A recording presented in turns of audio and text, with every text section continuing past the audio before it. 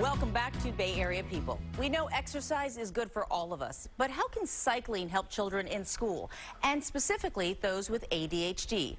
That's what the Ride for Focus program is trying to find out. At the start of every PE class, Mr. Connolly spends just a few minutes making sure his students remember the basics. Quick review of signals, okay? Show me. Left turn. Because once they are off and pedaling, there's not a lot of time to chat. I think the unexpected thing was just seeing how excited they are for bikes compared to the other, maybe more standard units. They come out here and they're ready to go. Like, all right, let's get going. They're super excited. Shibuya Middle School in San Jose is part of the Ride for Focus program. It's a really great program, and it's like really great of the school. It's a program that believes cycling can be used to help children achieve academic, health, and social success. And the response has been overwhelming.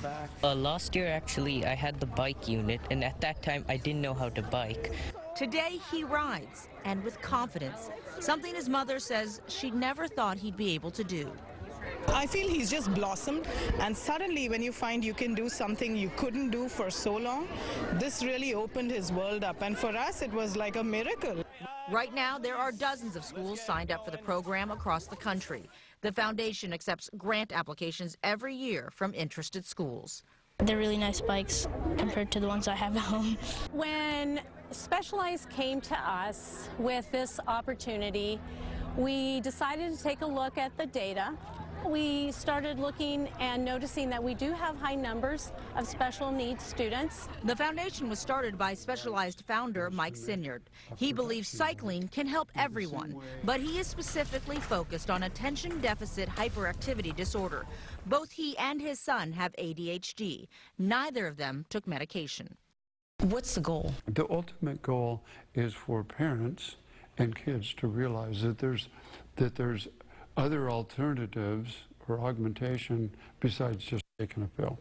That this is nationwide, and at some point the doctors would say, hey, your kids need to ride, and there'd be a prescription to ride a bike. He was inspired by an article back in 2010 that was titled, "Riding is My Ritalin," and is so passionate about that idea that he's also funding research. He started with a pilot study back in 2012. That study found a single biking session significantly improved measures of executive attention in ADHD subjects.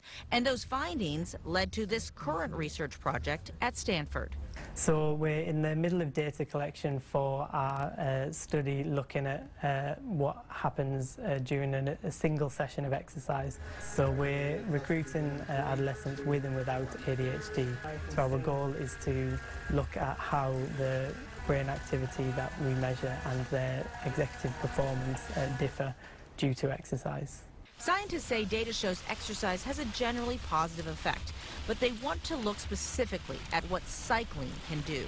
What I like about cycling is the balance aspect. And while doctors say the current treatment options for ADHD are good, they don't work for everyone. Many of those kids respond well to medication. Some of them don't. Some of them have side effects. We do know that exercise is good for the brain pretty much at all ages, including children. So at the end of the study, in a few years, maybe we can hand out the prescriptions for exercise. That would be really exciting. For now, the work is lab-based, but they're getting ready to go outside, working on this data-gathering helmet to help in that process. And getting outside is important, because there are few things that mimic actually getting on a bike and riding. If I'm having like a rough day, I can just go on the bike and just like let off all my steam. Connolly says in the last couple of years, there have been anywhere from 10 to 25% of students in his class that have never ridden a bike. Almost all can now.